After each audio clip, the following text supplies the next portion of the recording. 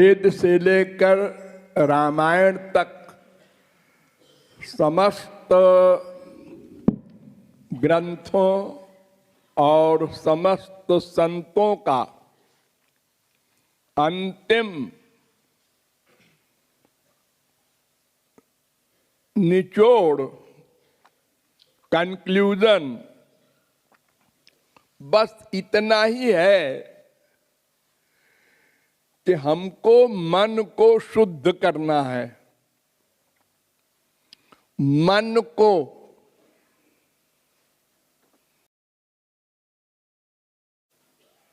शरीर को तो शुद्ध करने की बात आप लोग जानते ही हैं, साबुन लगा के नहा लो हो गया। लेकिन प्रत्येक कर्म का कर्ता, सुख दुख का भोक्ता मन है। इसलिए मन को संसार से हटाना है, लेकिन वो हटा करके आप कहीं पेंडिंग में रख सकें ऐसा संभव नहीं है।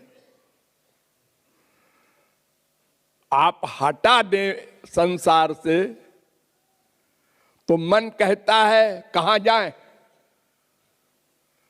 हम एक क्षण को बिना चले नहीं रह सकते, हमारा काम चलना है। अगर संसार में हम नहीं चलते तो हमको जगह बताओ, हम खड़े नहीं रहेंगे। आप लोगों ने साइकिल चलाया होगा।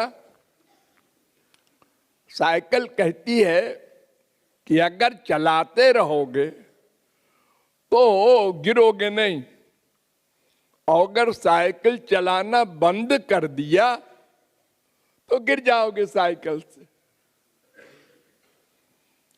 तो मन को एक जगह रोका नहीं जा सकता,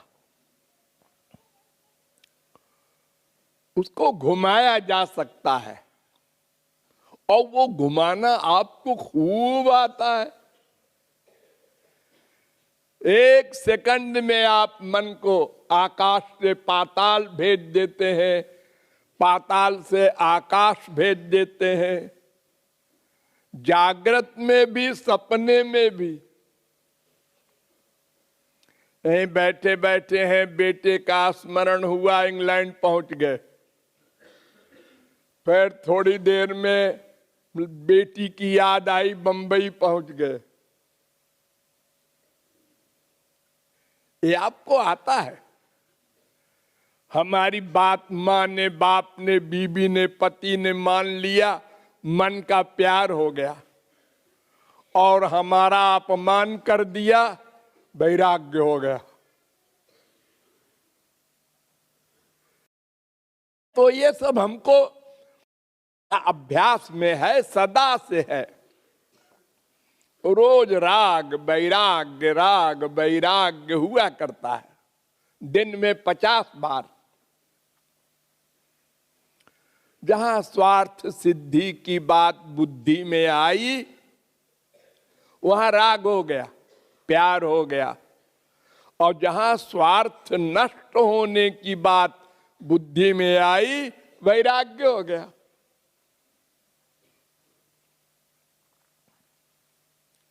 तो मन को संसार से हटाया जाए, क्योंकि हम इसीलिए संसार में मन का अटैचमेंट किए थे कि वहां आनंद है। अब मुझे मालूम हो गया कि संसार में सुख नहीं है, स्वर्ग में भी नहीं है। जहां तक माया का अधिकार है वहां तक सुख नहीं है। इसलिए मन को हटाना है। जैसे आप लोगों को इलाहाबाद जाना है, गलती से आप लखनऊ के रोड पर चल पड़े, 10 किलोमीटर 20 किलोमीटर चले गए और किसी ने बता दिया आपको कहां जाना है, प्रयाग, आप तो लखनऊ जा रहे हैं। अच्छा, अरे हमको एक ने बता दिया था कि इधर ही है प्रयाग। यानी माँ ने, बाप ने, भाई ने, पड़ोसी ने, दोस्त ने बताया था खूब पैसा कमाओ, खूब संसार में सुख मिलेगा, तो हम भाग पड़े थे। अब मालूम हुआ तो अब लौट पड़ो, और क्या, अब लौट पड़ो, जो गलती हुई सो हुई।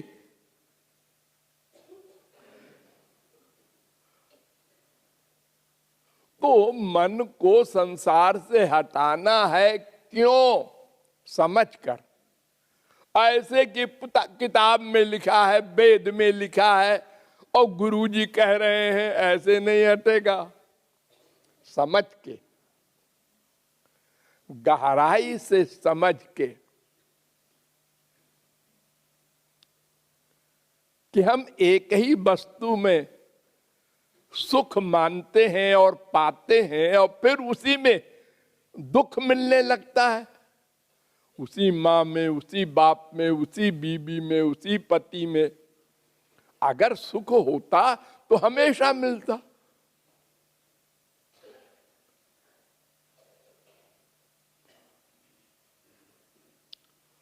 तो संसार से मन हटा कर तुरंत भगवान के एरिया में ले जाना है। दो ही एरिया तो है, एक माया का है, एक भगवान का। भगवान के एरिया में दो पर्सनैलिटी है, एक भगवान और एक महापुरुष। साकार दो ही है, और तो उनका नाम है, रूप है, गुण है, लीला है, ये सब तो आप ध्यान करेंगे मन से, ठीक है। लेकिन साक्षात आपको गुरु मिलेगा, वो शुद्ध है। तो मन अशुद्ध है, गंदा है, उसको शुद्ध करना है तो शुद्ध पानी से धोना होगा। जो कपड़ा गंदा हो जाता है तो उसको शुद्ध पानी से धोते हैं तो मैल छूटता है। तो भगवान और महापुरुष यही दो शुद्ध हैं, और सब मायाबद्ध है। मनुष्य, देवता, राक्षस, यानी सात्विक, राजस, तामस। तो हरि गुरु में मन लगाने का अभ्यास करना है। अभ्यास, अभ्यास। जब आप भगवान में और गुरु में मन ले जाएंगे समझ करके, तो फिर लौट आएगा संसार में। क्यों? अभ्यास है। बड़ा लंबा अभ्यास कर रखा है आपने, अनंत जन्मों में भी किया है और इस जन्म में भी आपने बहुत चिंतन किया है। माँ में सुख है, बाप में सुख है, बीबी में सुख है, पति में सुख है। तो जिस चीज का अधिक अभ्यास हो जाता है उसका नेचुरल आकर्षण हो जाता है।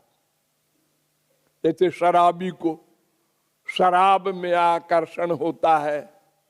अरे चाय पीते हैं बहुत से लोग 10 कप दिन भर में, सिगरेट पीते हैं।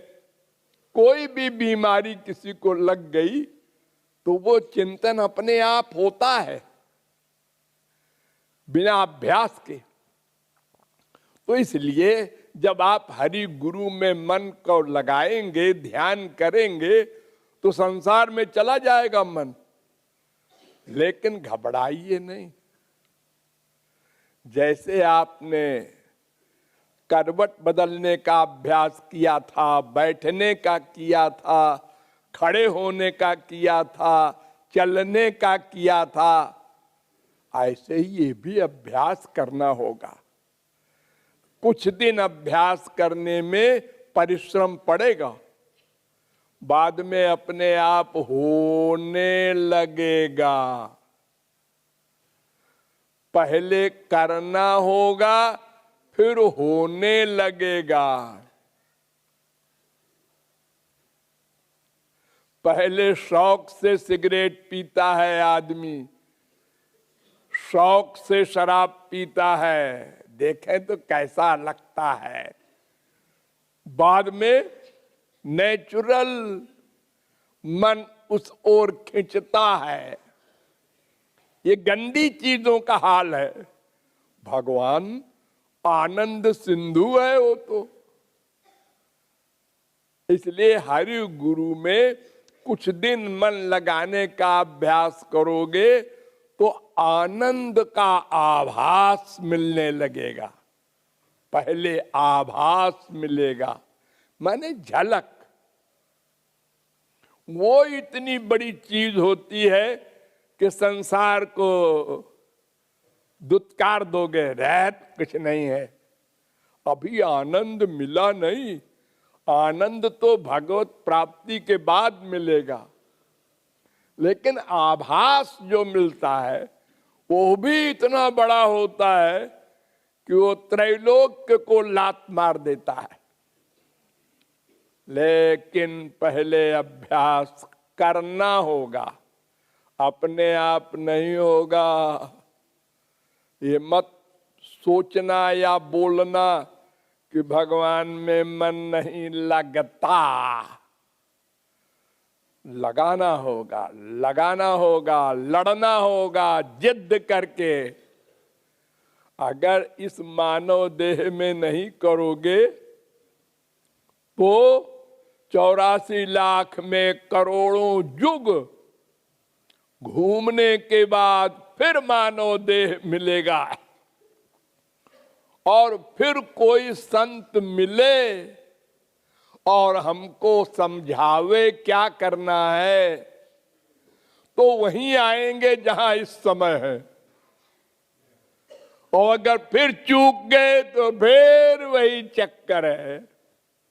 यही तो हम कर रहे हैं अनादिकाल से।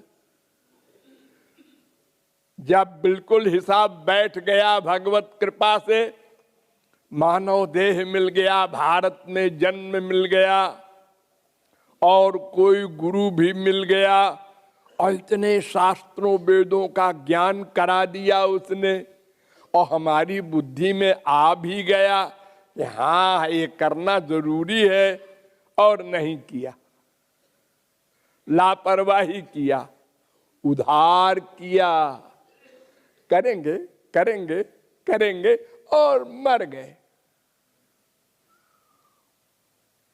इसलिए अभ्यास करना है। आपको 5 मिनट का समय मिले, अभ्यास कर लो। 2 मिनट का समय है हमारे पास खाली, कर लो।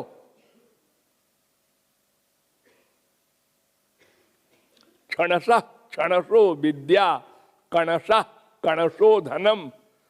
आज जो मुकेश अंबानी वगैरह खरबपति हो गए हैं, एक एक पैसा व्यापार में इनको प्रॉफिट हुआ, उससे बढ़ते बढ़ते बढ़ते बढ़ते वहां पहुंच गए। तो साधना से ही साध्य मिलेगा। भगवान के भरोसे बैठे रहो, प्रारब्ध के भरोसे बैठे रहो, गुरु के भरोसे बैठे रहो, ये गलत है। साधना करो और उसमें भगवान और गुरु की कृपा रियलाइज करो, लेकिन करो, टाइम बर्बाद न करो। जितना समय पेट भरने के लिए जरूरी है उतना समय संसार को दो, बाकी टाइम का उपयोग करो, भगवत विषय में लगाओ। तो बहुत जल्दी हम आगे बढ़ जाएंगे अंतःकरण की शुद्धि की ओर। और अगर मर गए बीच में तो जो साधना की हमारी स्पीड है वो हमको फिर मनुष्य बना देगी, और फिर कोई गुरु मिल जाएगा या हमारा वही पुराना गुरु दूसरा रूप धारण करके आ जाएगा और हमको फिर आगे बढ़ाएगा। अंधेर नहीं है भगवान के यहाँ कि बीच में छोड़ दिया गुरु जी ने, ऐसा नहीं होता। वो सदा के लिए हमारा साथ देता है भगवत प्राप्ति तक। इसलिए टाइम का उपयोग करो, साधना करते रहो।